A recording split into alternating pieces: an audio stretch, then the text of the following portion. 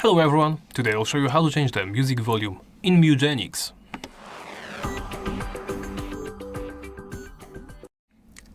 Let's begin by opening the Settings menu.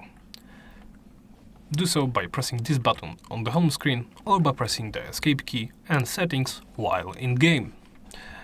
Then navigate to Audio Settings. Here, below Master Volume is the music volume.